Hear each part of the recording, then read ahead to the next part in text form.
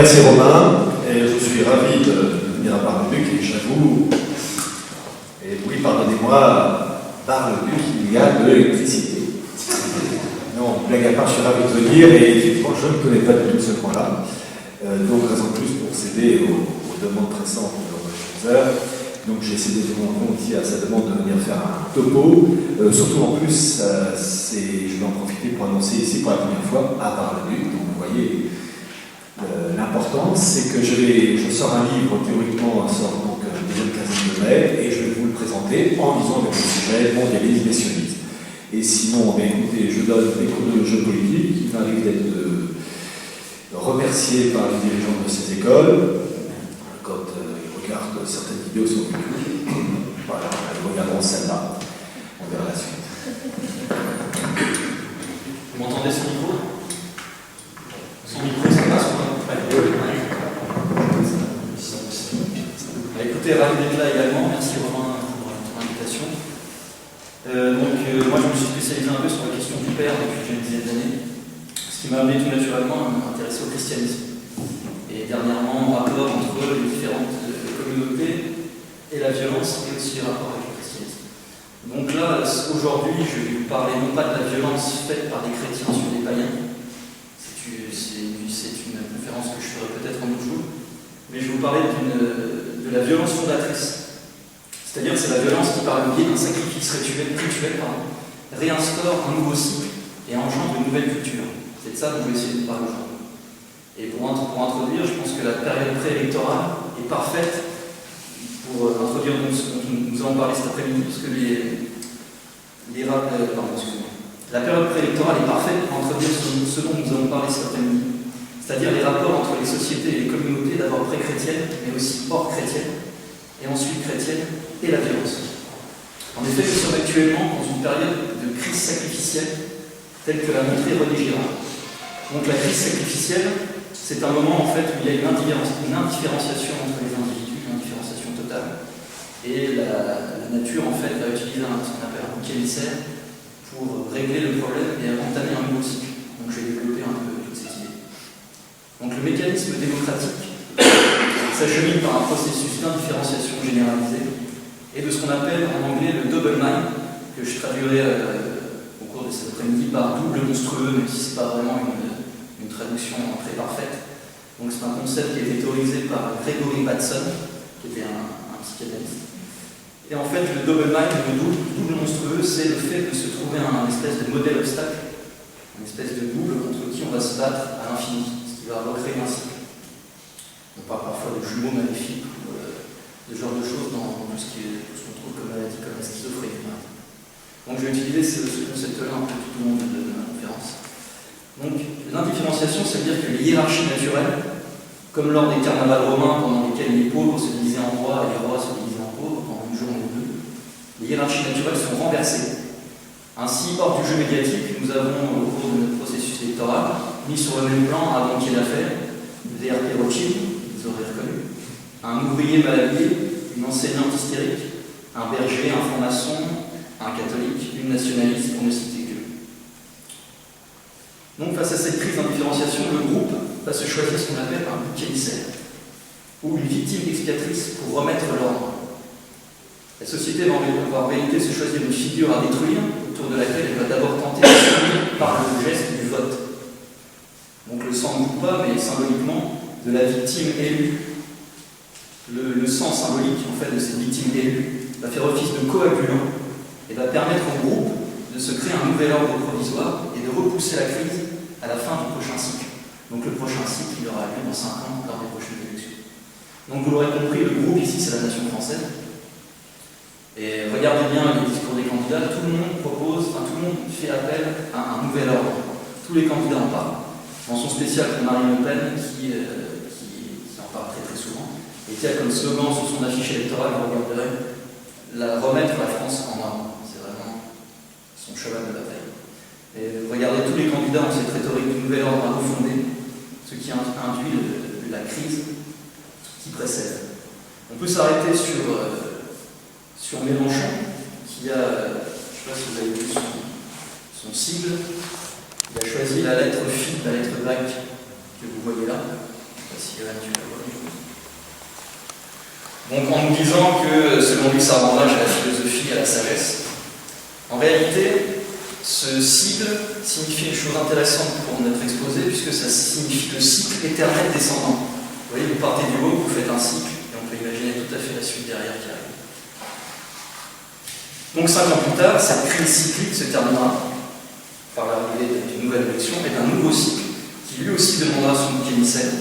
Et en fait, on verra au cours de la conférence que c'est le destin de tous les chefs d'État de sociétés non chrétiennes. C'est d'être au départ un objet de dévotion par l'émotion, par l'approbation du plus grand nombre, pour dès le lendemain devenir un objet de scandale, un objet de mépris. On voit par exemple que dès le lendemain des élections, aujourd'hui, les présidents ont des codes de popularité. Et dès qu'il arrive quelque chose au pays, c'est toujours de la faute de celui qu'on a vu juste avant. Donc ceci n'est pas le signe d'une démocratie qui va mal, comme on nous le dit très régulièrement. En fait, c'est le signe de la démocratie elle-même. C'est le fondement même de la démocratie. Le but ultime de l'élection, ce n'est pas de désigner notre chef, en fait, c'est de désigner notre future victime, notre double monstrueux à abattre, dans le but de recréer une nouvelle culture. Je veux dire que si Mélenchon ou Macron sont élus, on aura vraiment une nouvelle culture. Et elle sera tout sauf française. C'est la conférence. Donc ce processus électoral est en réalité une extrême violence, car elle nécessite plusieurs choses. D'abord la division du peuple. Elle se base sur des divisions en fonction du candidat. En plus, sont souvent des divisions marxistes. Elle fait remonter aussi des problèmes endormants, par exemple, dernièrement, la polémique du Vétil avec Marine Le Pen. Elle donne aussi la communautarisation et l'indifférenciation totale. J'entends par là que dans une société comme la nôtre, qui est de plus en plus acculturée, le poids du vote, par exemple, disons quelqu'un qui maîtrise le sujet de l'Union européenne va être mis à égalité avec le poids du vote de quelqu'un qui n'en a aucune idée. Il y a une indifférenciation complètement globale. Donc, voilà, c'était mon introduction pour terminer sur les élections, qui n'ont ici que valeur de symbole. On peut dire que la démocratie n'est en aucun cas le pouvoir du peuple, mais plutôt une espèce d'illusion satanique des hiérarchies contraires pour la création d'un nouvel ordre après le désordre. L'ordre né du désordre, c'est ce que vous avez tous entendu, l'ordo ab chaos, qui est le projet satanique résumé dans son essence la plus courte. Ordo ab chaos. Maintenant, si on réfléchit 2 minutes et si on prend un peu de recul et on prend un peu de hauteur, on se rend compte que dans notre monde globalisé, l'indifférenciation s'observe également. Elle fait ombrage à l'échelle mondiale. Comment? Le cycle moderne actuel, certains disent qu'il touche à sa fin, a obligé de nombreux pays à instaurer de nouvelles idées qui n'étaient pas du tout les leurs au départ, qui sont des idées d'indifférenciation. Par exemple, tout est égal à tout aujourd'hui. L'homme est égal à la femme, on pourrait me dire la femme est égale de l'homme, sinon on va dire que je suis masculiniste ou que sais-je encore. Les enfants sont mis sur le même pied d'égalité que leurs parents. Les jeunes sont les égaux de leurs aînés. Aujourd'hui, plus personne n'est les aînés. Chaque homme a son propre Dieu. En fait, on peut dire que l'immanence domine et la transcendance recule. Pour exemple, je rappellerai qu'aujourd'hui, nous pouvons acheter, louer et revendre des êtres humains sur Internet. On peut même voir, par exemple, dernièrement, une jeune roumaine de 18 ans qui a vendu sa virginité pour 2 millions d'euros. Donc tout se vaut, tout est objet en fait, tout est marchand. Sans compter la GPA qui fait une indifférenciation assez énorme entre fœtus et objet. On peut vendre sa gestation. Donc je traite de sujets dans le documentaire Le Sang du Père que vous avez plus loin, je ne m'attarde pas plus sur cette partie. Donc cette crise se lit dans nos pays qui sont devenus des petits mondes multiculturels, dans lesquels les identités de souche sont liées au profit d'identités multiples. Les pays sont en passe de se communautariser totalement, si bien que l'on nous vend aujourd'hui, et parfois à raison, la prochaine guerre civile à venir, comme projet ultime du mondialisme. Mais, et là je vous donne mon avis, il y a un avis pire que la guerre, c'est la disparition. Et je pense même que ça va plus loin, parce que pour moi la peur de la guerre fait partie du projet mondialiste, car elle pousse à l'inaction, voire même à l'acceptation de la domination. En fait, on va faire une disparition lente et froide. L'objectif ultime du mondialisme, et je pense que Pierre en parlera tout à l'heure, c'est, comme nous l'avons vu, de créer un nouvel ordre, et ce nouvel ordre, c'est la République universelle, par la mort du catholicisme en France. Leur objectif, c'est un monde totalement déraciné, si bien géographiquement que spirituellement. Nous savons désormais que cette guerre ou ce choc de civilisation s'évalue depuis l'étape pour arriver à autre chose, pour arriver à un nouveau cycle. Donc on doit se demander, puisque nous savons que pour arriver au nouveau cycle, il faut une victime émissaire, un bouc émissaire, quelle va être cette victime émissaire qui va nous permettre d'y arriver, qui va recimenter l'espace-monde, qui va en fait jouer le rôle de notre double monstrueux. En d'autres termes, qui va terminer le cycle en cours. Je pense que certains l'ont compris, il s'agit de Daesh. En fait, Daesh n'est pas l'ennemi juré du monde, c'est son ami objectif dans cette perspective. C'est celui qui va permettre d'unir les peuples face à un ennemi commun. Cela prend effectivement du temps, mais on se rend compte qu'aujourd'hui, on est sorti du monde unipolaire avec les seuls États-Unis qui dominent pour arriver vers un monde multipolaire. On voit avec l'élection de Trump, le Brexit, la place que prend Poutine, Assad qui tient, la Chine, la Corée, tout ça est en train de monter à différents endroits du monde. Sans compter ce qui s'appelle les populismes qui montent de plus en plus en Europe, les mouvements de régionalisation. Et on peut imaginer plus ou moins long terme, une société complètement communautarisée, des sortes de nouvelles féodalités en fait.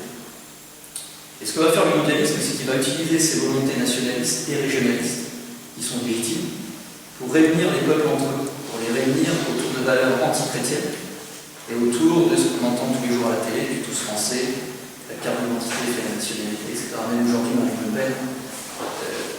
Et sur ça, elle dit que la carte d'identité fait le français. Pas que loin. Donc les différentes victoires qui font tant plaisir à la voir sont en réalité des étapes supplémentaires vers l'avènement du projet mondialiste, qui tire toujours bénéfice des chaos qu'il aura lui-même mis en place. Imaginez dans quelques années, on peut très bien penser à un attentat contre une mosquée, ou peut-être 2 ou 3 mosquées. Qu'est-ce qui se passera à ce moment-là? Il y aura une indifférenciation totale, c'est-à-dire que le français, qu'on appelle de souche, sera l'égal du musulman qui lui aussi aura subi l'attentat de Daesh. Nous serons tous sur un pied d'égalité en tant que victimes. Donc Daesh, notre futur bouc émissaire mondial, permettra l'arrivée de ce nouveau cycle. Et pour ce faire, regardez bien tous les attentats qu'il y a eu, il se crée une véritable mythologie violente autour de Daesh. Et on a besoin de cette mythologie pour construire de nouvelles cultures. Cette mythologie a commencé le 11 septembre 2001, avec les tours évidemment, et passe par des meurtres symboliques. On a eu en France des choses très très symboliques qui sont à prendre en compte. On a eu des enfants juifs tués à Toulouse. On a eu des passants au hasard tués à Nice, des journalistes entre guillemets satiriques, tués à Paris. Et en fait, le sang de ces victimes est en train de coaguler et de cimenter la société autour de valeurs qui n'étaient pas les leurs au départ. En fait, le fait de créer des tombeaux médiatiques de ces victimes fait que nous permettrons aussi nous-mêmes, beaucoup par le jeu des médias évidemment, à créer ce nouveau cycle et cette nouvelle mythologie. Là, je me trouvais sur Luc, chapitre 11, verset 47-48, qui dit « Malheur à vous qui bâtissez les tombeaux des prophètes, et ce sont vos pères qui les ont tués. Ainsi vous êtes les témoins et vous approuvez les actes de vos pères. Eux l'ont tué et vous bâtissez. » Ce qui veut dire qu'en fait, nous, sans le savoir, nous récupérons le sang des victimes pour recimenter la société. Et ça nous fait comprendre que ces meurtres ne sont pas du tout l'œuvre de fous isolés comme on entend à gauche, comme le disent les médias, mais ce sont des rites. Ce sont des rites funéraires, des sacrifices rituels, qui constituent les premiers gestes proprement culturels de notre nouvelle culture à venir. En fait, nous sacralisons les victimes, nous en faisons des tombes sacrées. Regardez toutes les bougies qu'on allume, je suis Paris, je suis Charlie, je suis etc. Tout ce que vous voulez. Je crois qu'on n'a pas eu je suis Moscou. Et tout ça crée une nouvelle culture, une civilisation qui sera multi-ethnique, unie par le sang des victimes, provoquée par un mouvement en grande partie d'ailleurs piloté par l'Occident, et d'ailleurs si ce n'est totalement créé comme le pensent certains.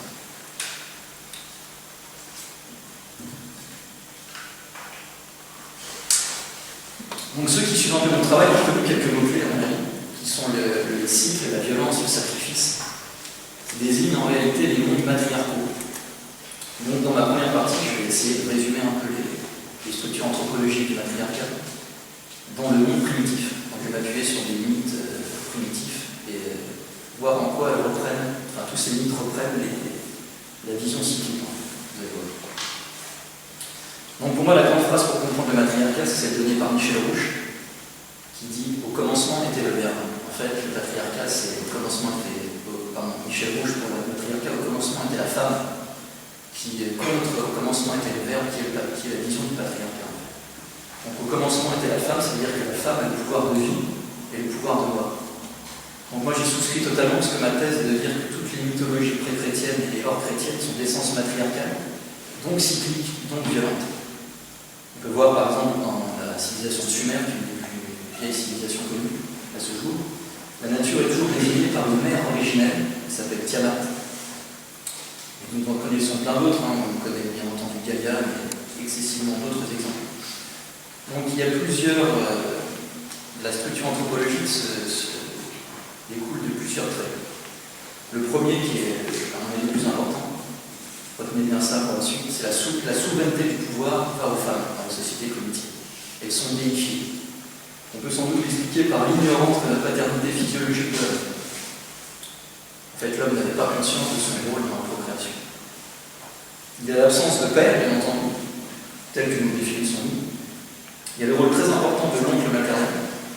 Il y a le principe de tanistrie, direct ou indirect. Donc la tanistrie, c'est le fait de déshériter le premier des fils pour ensuite partager l'avenir équitable à tous les autres. Ça, c'est la tanistrie directe. Et indirecte, en fait, c'est partager l'héritage à tous ses fils, de manière égale. Il y a le rassemblement du rôle magique des guerriers. Dans le matriarcat, vous avez le pouvoir guerrier et magique qui sont rassemblés. C'est pour ça que l'héroïsation de l'homme, c'est un concept matriarcal en fait. Par exemple, pendant la guerre d'Algérie, certains Algériens rentraient à la Casbah pour arrêter la guerre, parce qu'ils ne pouvaient plus continuer. Mais les femmes se mettaient sur les toits des maisons et avec les loups, les forçaient en fait à revenir au combat pour rendre leurs hommes des héros, pour héroïser l'homme. Autre point du matriarcat, c'est ce que je vous ai dit tout à l'heure, le Doberman, le double monstrueux généralisé. Et donc une violence généralisée. Donc en effet, je vais me reposer sur une citation de M. Pougourlian, qui est anthropologue, et qui, quand il parle de ces communautés primitives, dit ceci.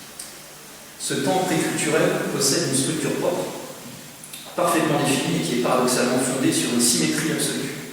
Vous avez la symétrie, donc l'indifférenciation. Ces symétries mimétiques, génératrices de désordre et de violence, animées par des mouvements de déséquilibre perpétuel, se trouve stabilisé par le mécanisme de la victime émissaire. C'est ce que je vous disais tout à l'heure. Voilà. Il y a l'indifférenciation, et pour en sortir de ce cycle de violence, on prend une victime émissaire pour ensuite toujours refaire la même chose. La culture qui naît de ce mécanisme de différenciation va avoir une structure fondée sur l'asymétrie et les différences. Paradoxalement, cette symétrie et les différences constituent ce que nous appelons l'ordre culturel. Donc nous retournons dans le schéma de l'ordre sort du désordre. Et ça, c'est le cas de toutes les communautés primordiales que j'ai étudiées. Là, je vais vous donner quelques exemples. L'exemple d'une communauté qui s'appelle les Trobriandais, étudiée par Malinowski au début du siècle dernier. Donc, je vous conseille, pour ceux qui aiment voyager, à lire ce livre-là. Donc, Malinowski sur le Trobriandais. Qui donc va nous détailler cette communauté sans jamais dire qu'elle est. Sans jamais parler de double line, de souveraineté, etc., mais qui va nous détailler une société matérielle, comme le fait matériel. Donc, aux îles Trobriand, donc c'est au nord-est de la Guinée, nous trouvons une société matrilinéaire où la descendance, la parenté et toutes les relations sociales sont considérées uniquement à partir de la mère. Les femmes détiennent une part considérable dans la vie tribale, elles occupent une position clé au cours de certaines activités économiques, cérémonielles et magiques. Ceci influence tout aussi profondément la vie érotique et l'institution du mariage. L'idée selon laquelle c'est exclusivement la mère qui donne corps à l'enfant, tandis que l'homme ne contribue en aucune façon à son existence, donc l'homme n'a aucune conscience de son rôle dans la procréation, est le facteur le plus important de l'organisation sociale des Trobriandais. Les opinions sont rapportant au processus de la procréation entretenu par ces autochtones, auxquels s'adjoignent certaines croyances mythologiques et animistes, affirme sans aucun doute ni restriction dans leur pensée que l'enfant est de la même substance que celle de sa mère, et qu'entre le père et lui il n'existe aucun lien physiologique. La contribution maternelle au nouvel être à naître, qui est un fait si évident, est exprimée clairement par les autochtones. De la manière suivante, La mère nourrit l'enfant dans son corps, ensuite, lorsqu'il sort, elle le nourrit de son lait. La mère fait l'enfant à partir de sa chair. Frères et sœurs sont de la même chair parce qu'ils sont de la même mère. Vous avez encore une fois le jeu du double monstrueux qui est en place. Ces expressions et bien d'autres encore décrivent l'attitude des autochtones envers leur principe fondamental de parenté. Plus explicitement, cette attitude établit la base des rôles de réciprocité dans les relations de descendance, l'héritage, le rang social, la transmission du rang de chef, les fonctions héréditaires de la magie. On retrouve donc le côté pouvoir des magies qui sont dans la même personne, qui est la mère. En fait, chaque rôle social transmis est en relation avec la parenté, et dans tous ces cas, la position sociale passe par le lignage maternel uniquement, de l'homme à l'enfant de sa sœur. Donc on retrouve ce que je vous avais dit avant, le rôle très important de l'oncle maternel. Je m'attarde un peu parce que c'est très important de comprendre vraiment le fondement de la société matriarcale, parce que c'est ce qui nous domine aujourd'hui. On n'a pas conscience, mais c'est ce qui domine aujourd'hui notre monde. Donc cette conception exclusivement maternelle de la parenté et d'une importance souveraine dans les restrictions et les régulations du mariage et dans les tabous relatifs aux relations sexuelles. Les idées autochtones sur la parenté apparaissent aussi avec une dramatique soudaineté et une extrême intensité lors de la mort d'une personne. Les rôles sociaux correspondant aux funérailles, aux lamentations, au deuil et certaines cérémonies particulièrement élaborées, par exemple distribution des nourritures, sont basés sur le principe que les gens sont unis par le lien de la parenté maternelle uniquement et qu'ils forment une unité très solide dans leurs obligations que manifeste une identité de sentiment, d'intérêt et de chair autour de la mère. Tandis que les autres, même ceux qui sont liés par le mariage et la relation père-enfant, en sont totalement exclus et n'ont aucune contribution naturelle pour l'affliction ou la peine liée à la mort. Ce qui veut dire en d'autres termes que toute la parenté du père n'a pas droit à la tristesse de voir le membre de sa famille mourir. Du fait que les autochtones sont dotés d'une institution du mariage parfaitement établie, tout en étant parfaitement ignorants de la part de l'homme dans la procréation d'enfants, le père, entre guillemets, a une définition purement sociale. Il est l'homme marié à la mère, qui vit dans la même maison et qui participe aux affaires du ménage. Un père, dans toute une discussion sur les relations sociales, m'a été décrit dans ces mêmes notes qui parlent, avec précision par les autochtones, comme, entre guillemets, un Thomas Cabra, c'est-à-dire un étranger. C'est la définition parfaite du mot qui désigne le père. Ou encore un tiers. Dans une conversation, cette expression sera souvent utilisée lorsque les autochtones vont augmenter sur quelques points d'héritage, essayer de justifier quelques lignes de comportement, ou quand dans une dispute, la position du père devra être rabaissée. Donc, vous avez compris, le mot père en tant que tel n'existe pas, hein. C'est moi qui suis obligé d'utiliser pour qu'on comprenne. En fait, cet homme, il appelle le Tama, et quand il nomme le Tama, il ne dit jamais Tama tout seul, il parle de la relation Tama, c'est-à-dire que le père n'existe pas, il n'existe que la relation à cet homme, la relation Tama. Donc la vision cyclique va se retrouver dans le récit de leur mythe fondateur, qui est basé sur la réincarnation. Qu'est-ce que la réincarnation, sinon l'image du cycle perpétuel? La nouvelle vie dans la tradition trobriandaise commence avec la mort. On va donc essayer de suivre à travers leur mythologie très concrète la progression de l'esprit, donc de la mort, jusqu'à son retour sur Terre. Donc on va un peu voyager dans l'esprit des trobriandais. Donc là, c'est encore une fois dans le livre de Wittgenstein. Donc après la mort, l'esprit va à Tuma, donc c'est l'île de la mort, où il subit une existence très agréable. À chaque fois que l'esprit vieillit, un processus de rajeunissement va alors être mis en place et va symboliser le pouvoir désirable de regagner une jeunesse qui jadis a éveillé l'humanité entière. En fait, les trobriandais pensent qu'avant leur arrivée sur Terre, ils étaient sans cesse rajeunis par un processus qu'on n'a pour l'instant pas réussi à trouver. Et ça, c'était au moment où leurs ancêtres qui vivaient sous Terre n'avaient pas encore émergé à la surface. Donc lorsqu'un esprit devient las de ce continuel rajeunissement, après avoir mené une existence en dessous, il ressent l'envie de revenir encore une fois à la vie. Et alors, d'un bond, il retourne loin en arrière en âge pour devenir un enfant non encore né. Vous voyez la vision cyclique. Cet esprit rajeuni, ces petits bébés en fait qui sont pré-réincarnés, sont selon eux la seule source à partir de laquelle l'humanité puise ses nouvelles réserves. En fait, ce qui veut dire que chaque naissance, c'est en fait un ancien esprit qui a pris forme dans un bébé pré-réincarné et qui va ensuite revenir. comment il revient? L'enfant non encore né trouve le chemin vers les îles Thaïlandaises.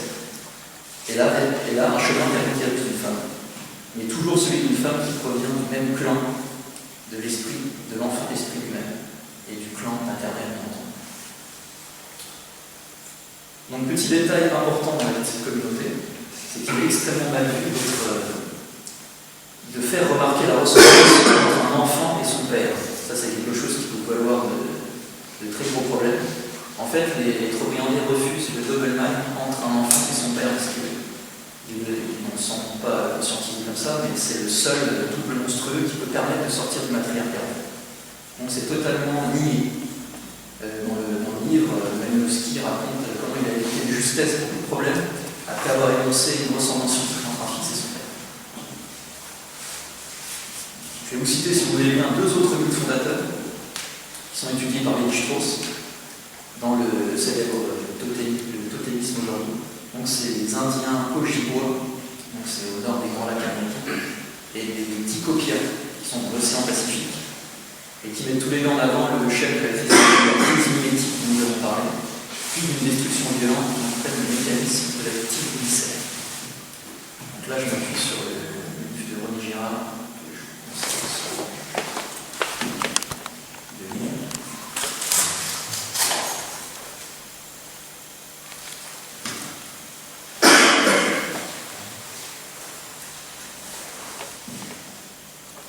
Donc là, ce sont vraiment les mythes.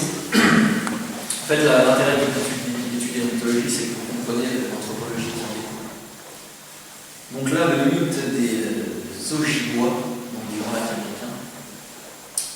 Alors, je vous rassure, c'est beaucoup plus court qu'avant. Les 5 plans primitifs remontent à 6 êtres surnaturellement anthropomorphes, sortis de l'océan pour se mêler aux hommes.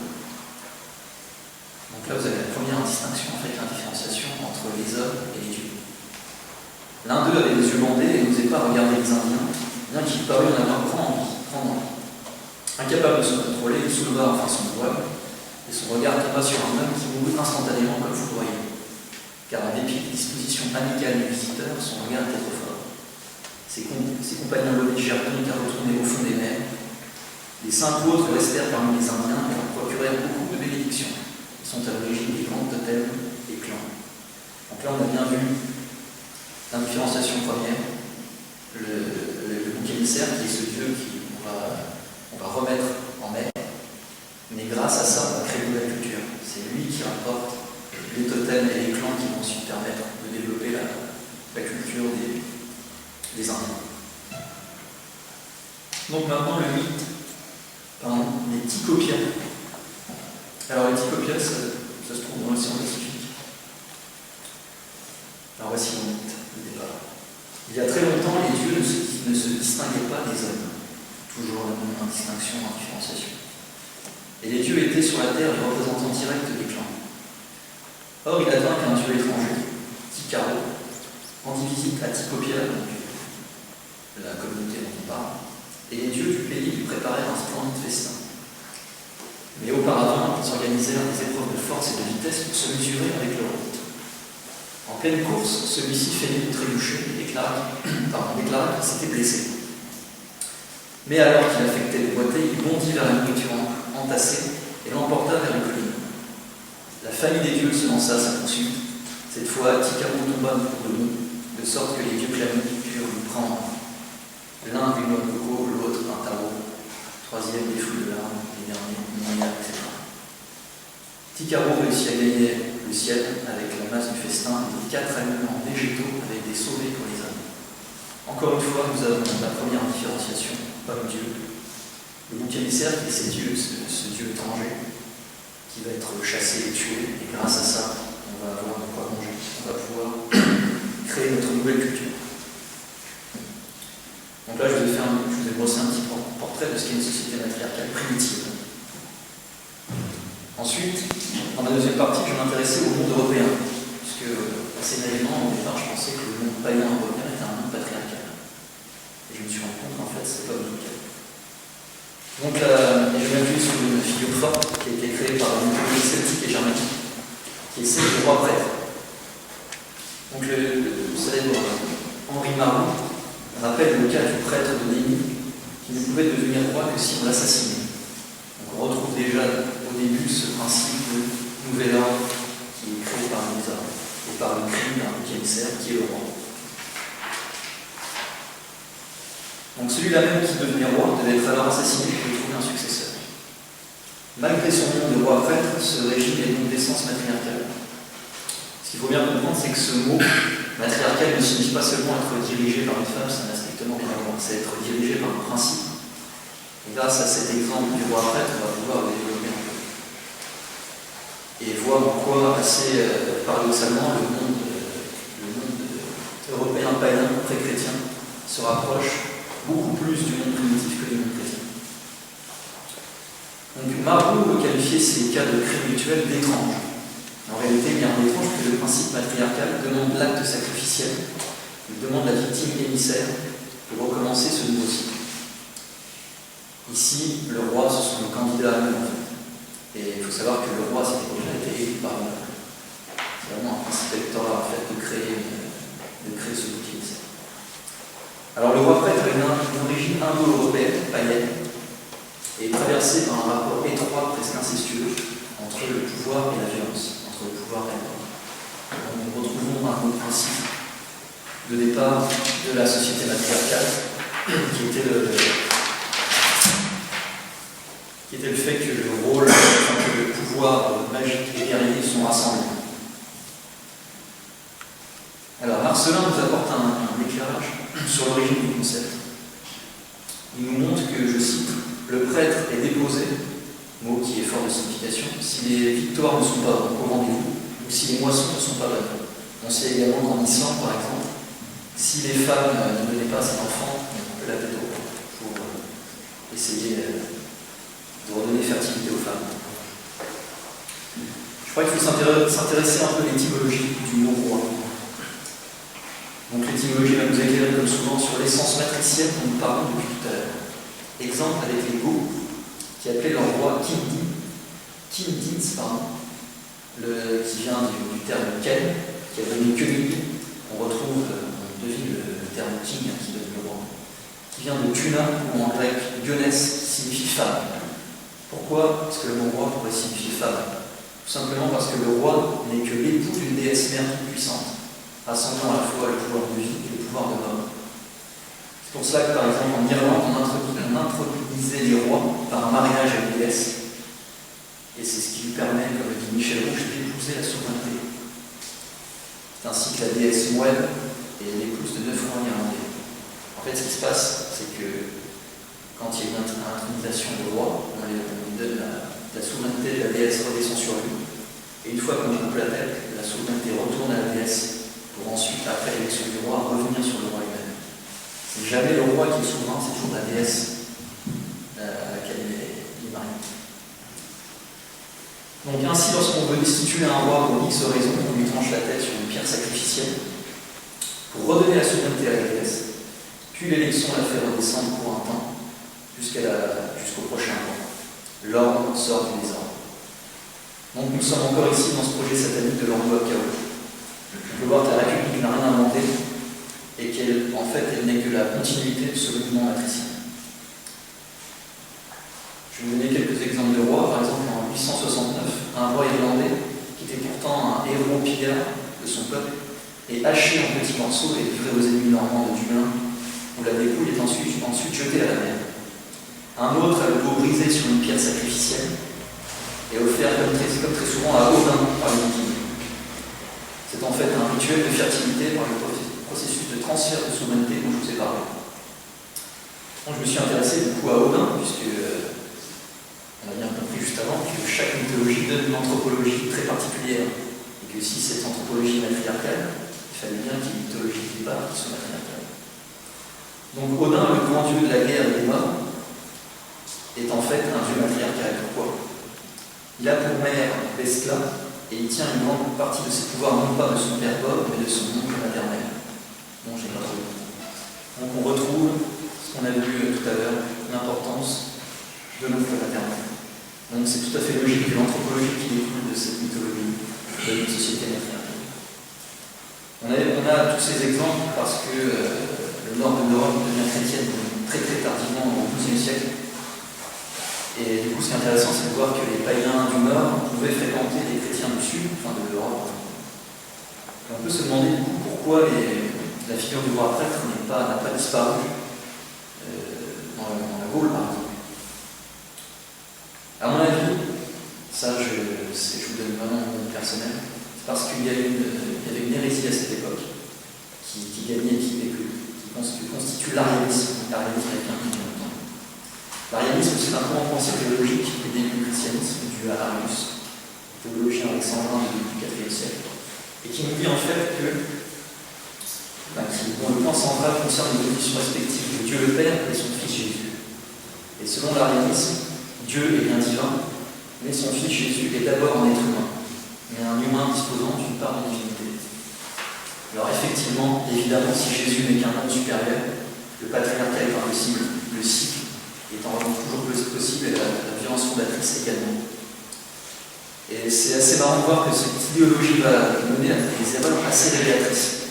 Par exemple, le roi Tullia est renversé par un certain King de Ville qui avait bien compris ce processus de émissaire du cycle, etc., et qui s'est dit, je vais essayer d'éviter moi aussi de me faire sacrifier de manière rituelle. Et comment il va faire? Il va assassiner tous les futurs assassins possibles. Du coup, pas moins de 700 nobles furent exécutés. Il n'a pas compris, bien entendu, que le dossier rentrait dans le projet et qu'il a permis l'avènement d'un nouveau cycle encore plus puissant. Enfin, mon dernier exemple, Childéric II. Donc, c'est le dernier roi mérovingien qui faisait l'unité du royaume de Franc, est chassé en 675 comme un cerf dans la forêt de Bondy, poursuivi par des chiens égorgés. Et sa femme, qui était enceinte, elle est aussi égorgée. Je crois qu'on peut toujours voir le tombeau à Saint-Germain-des-Prés. Et là, la symbolique est assez forte puisqu'il est chassé comme un cerf. Et on sait que le cerf, c'est le symbole de l'heureux. C'est le symbole du mort. Donc on voit que l'élection met en danger le mort. Mais Michel Rouge se pose une question, il se demande comment cela a-t-il été possible de passer de cette figure du roi prêtre, qui perdurait dans la France chrétienne unie, pour passer au roi chrétien. Et en fait, c'est par le passage du monde matriarcal au monde patriarcal. Ça va prendre énormément de temps et va connaître plusieurs étapes. Je pense avoir trouvé le début de cette étape avec le pape Étienne II, qui décide de sacrer Pépin, mais pas seulement lui, il décide de sacrer toute sa famille. On pourra donc on pourrait donc dire, et dater à 742, la date de la fin de la sacralisation païenne et de la disparition du roi prêtre, puisque il y a une séparation désormais entre le pouvoir temporel et le religieux. On ne sommes plus dans le cas matriarcal où le pouvoir guerrier et magique est tenu par la seule personne. Cela crée le concept de légitimité. Et enfin, la victoire ne donne plus le pouvoir, seul Dieu peut le faire. On constate qu'à partir de 792, plus aucune tentative d'assassinat contre le roi n'est annotée dans le royaume de France. Il faudra attendre jusqu'au XVe siècle pour que ça réapparaisse. Et c'est la première fois dans l'histoire que l'assassin ne peut plus devenir le roi. Je m'attarder un peu sur le monde grec, donc toujours européen. Je ne voulais pas m'y attarder, mais avec son signe phi, Mélenchon est un peu obligé, parce que je suis un peu écrasé derrière. Et aussi parce que bon, Romain, je sais qu'on est rapproché, donc j'ai voir le côté de Zeus aussi. Donc, est-ce que Zeus est un roi patriarcal ou matriarcal? Le dieu suprême des Grecs est un roi matriarcal. Pourquoi? Donc vous l'aurez compris, nous devons nous demander d'où vient sa généalogie. Eh bien, il est le fils de sa tante, tout simplement. Fils de Chronos et Réal, marié à sa sœur, avec qui il va engendrer de nombreux dieux et déesses et des hommes.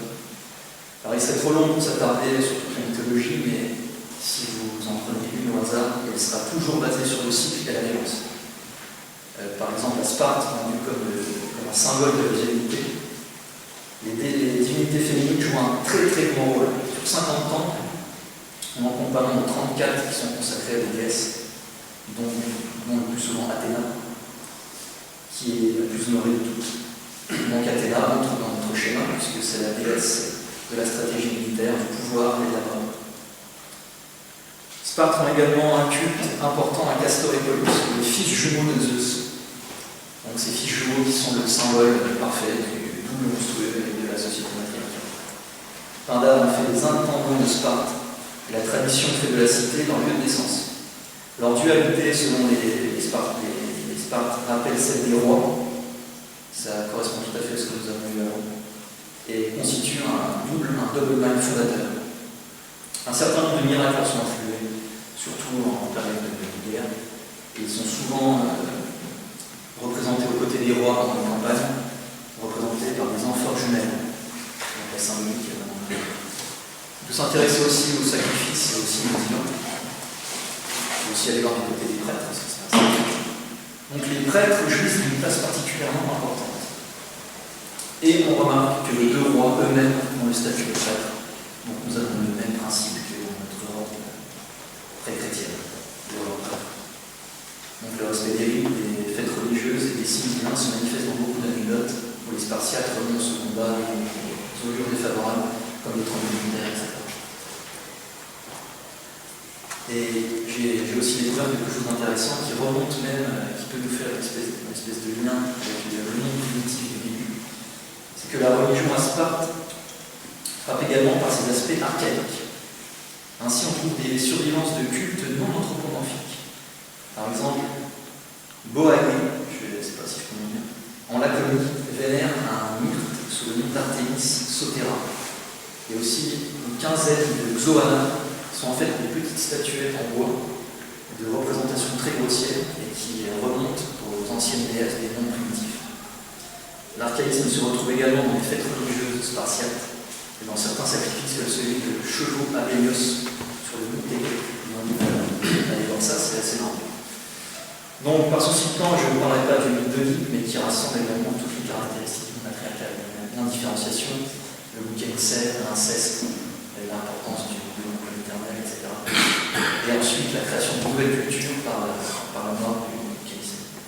Et aussi la figure de Dionysos, qui est le digne représentant de tout ce dont on vient de parler jusqu'à présent.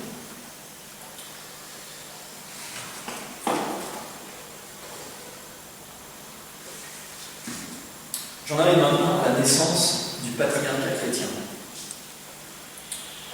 Selon moi, le christianisme a marqué une rupture avec toutes les anciennes alliances, dont bien entendu celle du judaïsme, sur laquelle il faut s'arrêter un instant. Donc l'Ancien Testament est en réalité le mode d'emploi du cycle violent par la victime émissaire. Les victimes émissaires sont souvent les prophètes. En sachant que, retenez bien ça, c'est que Satan ne fait qu'un avec les mécanismes circulaires de la violence. Alors le mode d'emploi que nous propose l'Ancien Testament peut se diviser en trois parties. La première, c'est la dissolution conflictuelle, l'effacement des différences et des hiérarchies qui composent la communauté. Donc la base d'indifférenciation dont nous avons parlé juste avant. Le tout se contraint de la violence collective, toujours par l'effet du double monstrueux. Alors là, souvent, c'est le prophète, comme il a un aura particulier qui n'est pas un double monstrueux avec l'autre personne, c'est carrément tout son peuple. Et ensuite, après la mort de ce prophète, l'élaboration des interdits et des rituels, donc la naissance de la nouvelle culture. Ça commence dès la Genèse, puisque dès le début, le meurtre fondateur est présent, notamment par l'expulsion du paradis terrestre. Et là, c'est le comble, puisque c'est carrément Dieu lui-même qui assume la violence expiatrice et qui fonde l'humanité en chassant Adam et Ève loin de lui. Donc je répète pour ceux qui n'ont pas compris, Satan ne fait qu'un avec les mécanismes circulaires de la violence. Juste après, on a le mythe de Caïn et Abel, un jeu de double monstrueux s'instaure entre les deux frères. L'un est tué par l'autre, et c'est de ce meurtre que la société cananéenne est créée. C'est quasiment écrit comme ça dans l'Ancien Testament. Ça peut aussi faire résonance avec la civilisation romaine, puisque Romulus tue Rémus et la vie est fondée. Donc faites-le, vous ouvrez l'Ancien Testament, et puis lisez les parties, vous allez voir que vous tomberez toujours dans ce cas.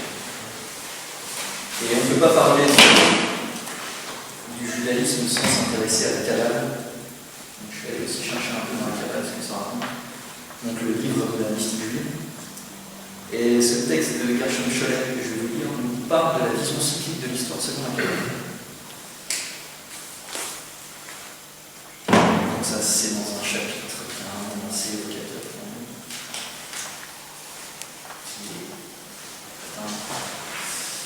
Les mondes antérieurs, les mondes inférieurs et les cycles cosmiques. Shemitah. Je vous dirai pas ce que c'est les Shemitah, tout ça, c'est la cabane, il faut suivre. Alors, s'il y a des mots que vous ne comprenez pas, je suis désolé, mais je ne prendrai pas le temps de les expliquer. Il y a des noms qui sont un truc un peu dingue. Alors, le point essentiel de cette théorie, c'est que ce sont les séphirotes et non les étoiles qui déterminent l'évolution et l'étendue du monde. Les trois premiers séphirotes restent cachés et n'activent pas les mondes hors d'eux-mêmes, ou du moins pas les mondes que nous puissions identifier comme tels.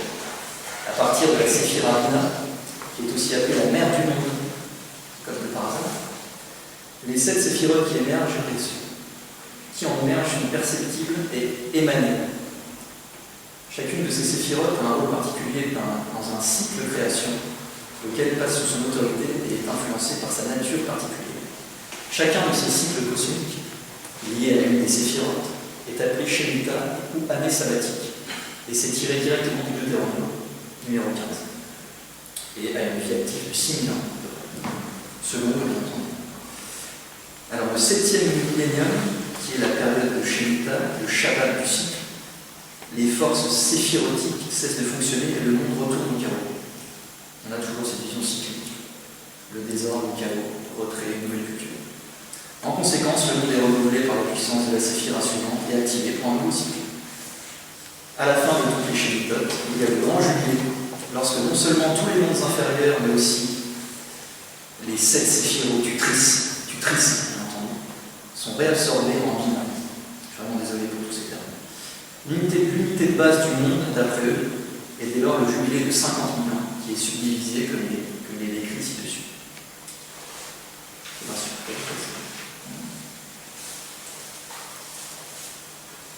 Alors, selon les kabbalistes de Gérard, les lois de la Torah concernant les années sabbatiques de jubilé se rapportent à ce mystère de la création périodique. Donc voilà, toute la Kabbale et toute la mystique juive et tout l'Ancien Testament sont basés sur la vision cyclique, donc sur la vision matriarcale. Finalement, contrairement à ce qu'on dit, la religion juive n'est pas une religion patriarcale, c'est une religion matriarcale. Je ne peux pas continuer tout de suite, aller directement au Nouveau Testament, parce que je suis obligé de m'attarder un peu sur l'islam, puisque l'islam n'est qu'une continuité du judaïsme, c'est le bras armé du sionisme, si on veut. Et je pensais aussi, moi, à l'époque, que l'islam était une religion patriarcale de la loi, etc. Mais en fait, on se rend compte, déjà un exemple sur la guerre d'Algérie, que ce n'est pas du tout. L'islam a 3 déesses, 3 divinités matriarcales païennes. Il y a Alat, Uza et Manat. Alors évidemment, il y a la symbolique du croissant de lune, qui symbolise la déesse primordiale. Le croissant de lune, en fait, a un rapport avec les cycles menstruels, symbole du pouvoir de procréation des femmes. Alors je vous ai pris 2 exemples de sociétés musulmanes. Pour les Nabatéens, donc c'est à Petra en Jordanie, Alat était la mère de tous les dieux.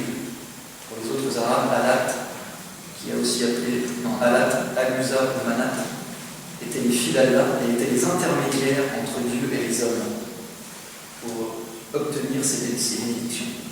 Et les intermédiaires féminins entre Dieu et les hommes pour les Nabatéens. Alors les païens font le rapprochement entre les cycles lunaires et les cycles menstruels de la femme. Il y a une durée similaire. Là, ce qui est intéressant, c'est que le ramadan, c'est le 9e mois du calendrier musulman. Pendant ce mois, il est interdit de manger, de boire, d'avoir des relations sexuelles tant que la lune n'est pas visible. On pourrait faire une espèce de rapprochement disant que le 9e mois du ramadan correspond au 2e mois de la grossesse de la déesse mère Alat. La fête du ramadan célèbre donc l'accouchement de la déesse. Pendant ce jeûne, il n'est pas possible de manger ou de copuler en présence de la lune, c'est-à-dire de la déesse Alat. Il y a aussi, vous regardez des vidéos qui tournent sur Internet, qui sont assez faciles à trouver, sur comment se passe le pèlerinage à Mecque. Il y a une pierre noire, je ne sais pas si vous avez vu ça. En fait, la pierre noire serait, ça je mets du conditionnel parce que je n'ai pas eu de confirmation, serait la symbolique de la vulve d'Alat. Ça a une forme de vulve, on regarde vraiment. Elle a une forme de vulve avec une tête de bébé qui en sort. Le mot âge, désolé pour la prononciation, pèlerinage islamique à la Mecque, est dérivé de hak, qui veut dire friction en langue arabe. Car avant, il y avait des rituels païens dans lesquels les femmes frictionnaient leur partie génitale sur la pierre noire, en espérant ainsi augmenter la fertilité. Je pense que ça vous rappelle ce que je vous ai dit juste avant.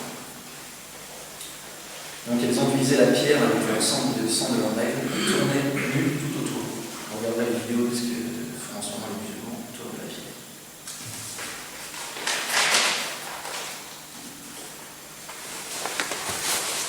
Donc la religion musulmane est une religion matriarcale. Alors maintenant on dirait est-ce que la religion chrétienne est une religion matriarcale ou patriarcale? Parce que lorsque Dieu se fait chair, le monde aussi est en crise, quand vous lisez l'Ancien Testament. Il y a une indifférenciation totale et une situation de crise sacrificielle. Nous pourrions alors penser que Jésus ne sera qu'un moyen comme un autre de créer une nouvelle culture comme tant d'autres prophètes avant lui. Et c'est d'ailleurs ce que va tenter de faire Satan dans les évangiles. Satan va tenter de créer, de fonder une relation de Doberman, de double monstrueux avec Jésus dans le Nouveau Testament à plusieurs reprises. Je ne vais pas tous vous les citer, mais je vais citer ce qu'on appelle la tentation du Christ. Grâce à Dieu. Alors, la tentation du Christ, Matthieu. Puis Jésus fut emmené par l'Esprit dans le désert pour être tenté par le diable. Après avoir jeûné 40 jours et 40 nuits, il eut faim. Le tentateur s'approcha et lui dit « Si tu es le Fils de Dieu, ordonne à ces pierres que ces pierres ne deviennent des pains. » Jésus répondit « Il est écrit, l'homme ne vivra pas de pain seulement, mais de toute parole qui sort de la bouche de Dieu. » Le diable le transporta alors dans un lit simple, le plaça au sommet du temple, et il dit « Si tu es Fils de Dieu, jette-toi en bas. En effet, il est écrit, il donnera des ordres à ses anges à ton sujet, et ils te porteront sur leurs mains de peur que ton pied ne heurte une pierre. » Et Jésus lui dit, il est aussi écrit, tu ne provoqueras pas le Seigneur ton Dieu. Ce qui voudrait dire dans notre exposé que tu ne créeras pas une relation de double mimétique avec ton Dieu. Le diable le transporta encore une fois sur une montagne très élevée, lui montra tous les royaumes du monde et leur gloire, et lui dit, je te donnerai tout cela si tu te prosternes pour m'adorer. Jésus lui dit alors, retire-toi Satan, en effet il est écrit, c'est le Seigneur ton Dieu que tu adoreras, et c'est lui seul que tu serviras. Alors le diable le laissa, et voici que des anges s'approchèrent de Jésus et le servirent. En fait, il y a une analyse de ce passage qui est fait par le psychanalyste qui voudrait nous faire croire que Jésus en fait n'est ici qu'un simple symbole, une sorte d'archétype de l'homme, de l'être humain, face à la tentation du quotidien, face à la soif, à la faim, au pouvoir ou au narcissisme. Le mythe de Narcisse d'ailleurs, c'est uniquement un jeu de Doberman face à soi-même. Je conseille de relire ce mythe avec ses visions. On est loin du freudo-marxisme là-dessus. Bref, Satan va tester Jésus pour voir qui se place là dans le désert face à lui. Ne sachant pas qu'il s'agit de Dieu lui-même, et peut-être d'un prophète ordinaire, il va mettre en place un jeu de double monstrueux. Si le Christ répond de manière frontale, alors le jeu, alors il est gagné, alors il est en indifférenciation avec lui, il est en double monstrueux face à lui. Et alors il n'est pas fils de Dieu, mais simple prophète. Mais Jésus, comme vous l'avez vu, détourne le problème et ses réponses vont envoyer Satan pour lui. Et pour aller un peu plus loin, qui peut d'ailleurs penser, comme Matthieu l'a écrit, que c'est l'Esprit qui conduit Jésus un peu malgré lui au désert. Je pense au contraire que Jésus se rend dans le désert non pas pour être tenté, mais pour tenter Satan à la tentation. Pour tenter Satan à la tentation du cycle. Quel meilleur moyen de montrer, de prouver sa grandeur? Satan va tenter de créer un double man avec Jésus, et il va tenter de faire de lui son égal, et ainsi de prévoir son futur sacrifice rituel, qui alors donnerait tout simplement une nouvelle culture juive. Finalement, les vérités sataniques sont celles qu'attendait le peuple juif à cette époque, c'est-à-dire le Messie des Juifs, qui leur donnerait enfin le pouvoir absolu sur l'humanité, qu'ils n'auraient selon eux jamais pu perdre. Vous pourrez trouver dans ce livre, c'est peut-être dans un autre livre de Girard, Satan qui se cache derrière Simon-Pierre. Quand Simon-Pierre lui dit à plusieurs reprises, il aimerait que Jésus aille plus en confrontation avec les gens, et le Christ lui dit arrière Satan. Il dit ça à Simon-Pierre. Il lui dit parce qu'il sait très bien que Satan c'est le jeu mimétique, c'est le jeu circulaire de la violence. Et Satan se cachera souvent derrière Simon Pierre, notamment aussi derrière au moment de la triple trahison de Pierre. Mais le Christ ne subit, la grande différence aussi, c'est que le Christ ne subit pas un sacrifice rituel. Jésus se sacrifie lui-même, il faudra même inventer un autre terme que se sacrifier. Et contrairement à ce que Satan a cru jusqu'au bout, il ne va pas proposer une nouvelle civilisation, mais va racheter les péchés du monde. Il va dévoiler le mécanisme satanique de l'envoi de chaos et donner au monde la possibilité de ne plus commettre les erreurs des mondes matriarcaux d'antan. Il va en fait créer le libre arbitre. L'humanité aujourd'hui ne peut plus dire pardonne-nous, nous ne savons pas ce que nous faisons, car le Christ a révélé les méthodes sataniques, il les a dévoilées au grand jour par la croix. Et là, je m'appuie encore sur un livre, un passage d'un livre de René Girard, qui est celui-ci, que je vous conseille de lire après les autres, en amont, pour vraiment tout comprendre. Qui dit ceci.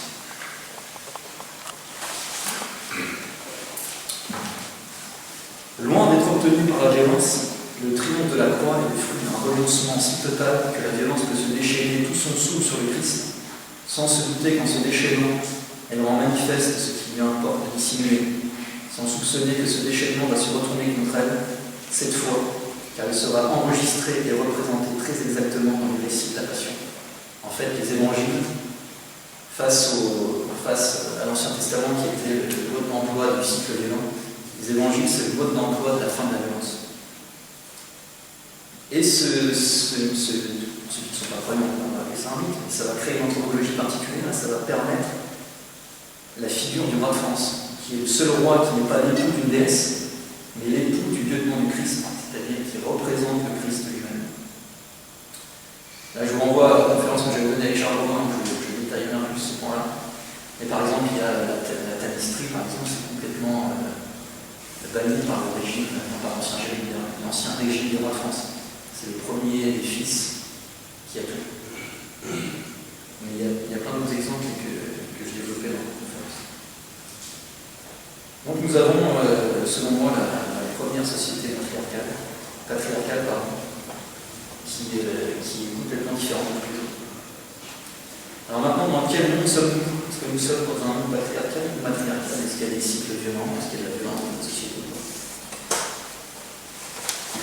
Je pense que vous avez déjà la réponse. Je remonte à la Révolution dite française, qui est avant tout d'essence satanique, au sens où nous l'avons étudié aujourd'hui, bien entendu, et qui va utiliser la méthode du sacrifice rituel, puisque le sacrifice, la mort du roi de France, c'est un sacrifice rituel. Cette fois, c'est le sang du lieutenant du Christ qui va amener la France à sa perte. La République, comme je l'ai expliqué tout à l'heure, on va substituer les symboles chrétiens pour couper la tête du roi et remettre un néo-matriarcat en place. Pourquoi? Pour remettre du cycle en place. Par exemple, Prédal Sécher, le spécialiste de la guerre de Vendée, dit qu'avant la Révolution, il y avait comme une espèce de temps immobile de l'histoire, une espèce de ligne droite de l'histoire, et qu'à partir de ce moment-là, il y a une accélération de l'histoire. Il y a une accélération parce qu'il y a la naissance d'un nouveau cycle, il y a la naissance d'une nouvelle mythologie et d'un nouveau monde. Alors vous allez me dire, où est la déesse là-dedans? Eh bien, la déesse de la République, c'est Marianne.